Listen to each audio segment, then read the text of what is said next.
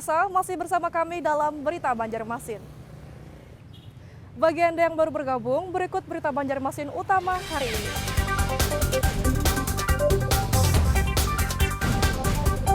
Akibat tingginya curah hujan dalam sepekan terakhir, debit air banjir di sejumlah desa Kecamatan Jejangkit, Kabupaten Barito Kuala Batola kembali meningkat.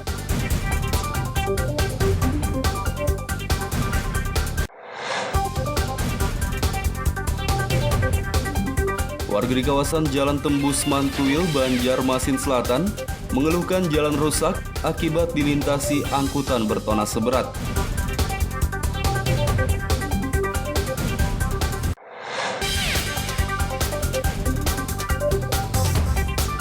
Permintaan terapi plasma konvalesen meningkat sehingga Palang Merah Indonesia PMI Banjarmasin pun kewalahan untuk memenuhinya. Meningkatnya permintaan karena terapi plasma konvalesen dinilai cukup berhasil dalam menyembuhkan pasien COVID-19.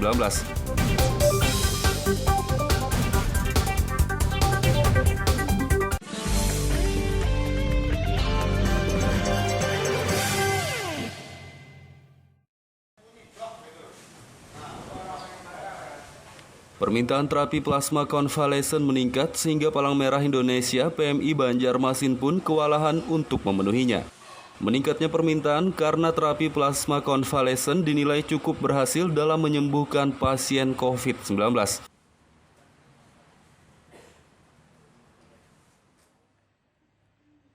Kepala Unit Donor Darah UDD PMI Banjarmasin Dr. Aulia Ramadan Supit mengatakan, permintaan terapi plasma konvalesen tak hanya dari pasien COVID-19 di Rumah Sakit Kota Banjarmasin saja, tapi juga dari Banjarbaru bahkan hingga Palangkaraya, Kalimantan Tengah. Banyaknya permintaan terapi plasma konvalesen membuat pihaknya kewalahan untuk memenuhinya. Menurutnya permintaannya meningkat ini dikarenakan terapi plasma konvalesen telah terbukti bisa menyembuhkan pasien COVID-19 dengan persentase hingga 90%. Yang kalau pakai freezer itu plasma ini bisa bertahan sampai 1 tahun, sehingga kita bisa ngambil sebelum ada permintaan, jadi bisa disimpan selama 1 tahun. Jadi kan lebih enak lah, karena kalau dengan kondisi yang sekarang plasma itu hanya bisa bertahan 7 hari. Sudah dicoba disuntikan ke pasien kan seperti apa dok plasmanya sendiri? Kalau berdasarkan banyaknya permintaan di rumah sakit di Kota Banjarmasin, baik sampai Banjarbaru, Rumah Sakit Idaman itu banyak yang membaik. Bahkan ada yang chat secara pribadi untuk mengucapkan terima kasih keluarga pasiennya kepada kami. Jadi alhamdulillah memang seperti kata Pak Ketua PMI Pak Yusuf Kala bahwa di Surabaya dan Malang itu 90% membaik hasil dari studi plasma konvalesen ini. Mudah-mudahan di Banjarmasin juga bisa hasilnya juga bagus. Agar bisa memenuhi permintaan terapi plasma konvalesen, PMI Banjarmasin dibantu perusahaan BUMN yang ada di Kalimantan Selatan dengan mengarahkan karyawan yang pernah terpapar COVID-19 untuk mendonorkan plasma konvalesen.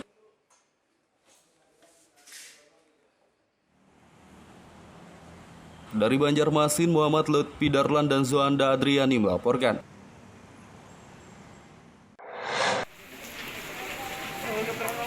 Program vaksinasi COVID-19 di Banjarmasin yang dikhususkan untuk tenaga kesehatan masih terus berjalan. Hingga kini jumlah tenaga kesehatan yang sudah divaksin mencapai 48%.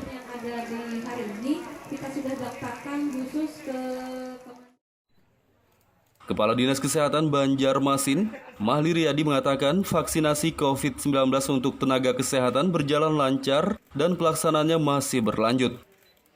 Dari sekitar 8.000 tenaga kesehatan di Banjarmasin, jumlah yang sudah divaksin Sinovac hingga kini mencapai 48%.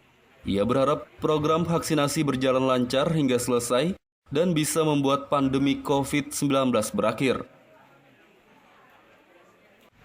Dari 7.000 lebih kemarin menjadi sasaran, itu bergerak terus karena aplikasi dan sampai hari ini menjadi 8.000 sebenarnya sasaran kita.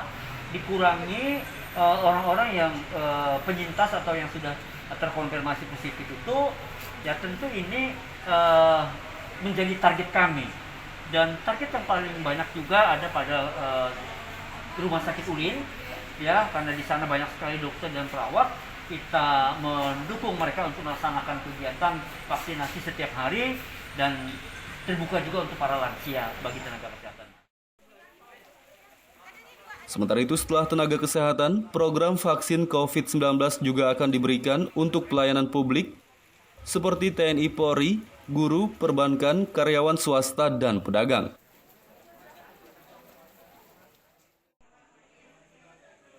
Dari Banjarmasin, Muhammad Lutfi Darlan dan Fudail melaporkan.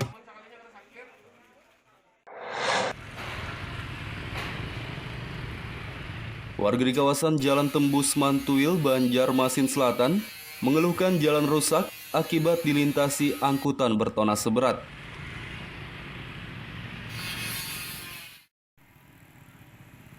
Beginilah kondisi jalan rusak yang dikeluhkan oleh warga di kawasan Tembus Mantuil, Banjarmasin Selatan. Kondisi jalan beraspal ini tampak rusak di beberapa titik seperti berlubang, aspal terkelupas, dan bergelombang.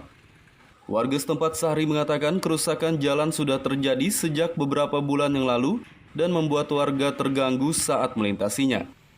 Menurutnya kerusakan jalan dikarenakan angkutan bertona seberat yang melintas dari pelabuhan. Setengah tahunan lah. Akibatnya apa?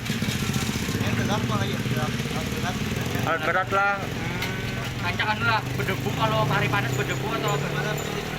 Hujan bang? Kalau hujan airnya tergenang lah bang. Cicak kan pak? Cicak lah. Mengganggu lah istilahnya ke keluarga di sini. Oh, sudah ada makan korban kah bang? Orang kecelakaan atau apa? Kalau kecelakaan ada bang kemarin apa? Ngelobak nih lah. Lobak lah. Jadi harapan warga ini apa bang? Untuk kabar Ini kita perbaiki lah. secepatnya lah. Warga berharap dinas terkait segera memperbaiki jalan rusak tersebut. Dari Banjarmasin, Muhammad Lutfi Darlan dan Fudail melaporkan.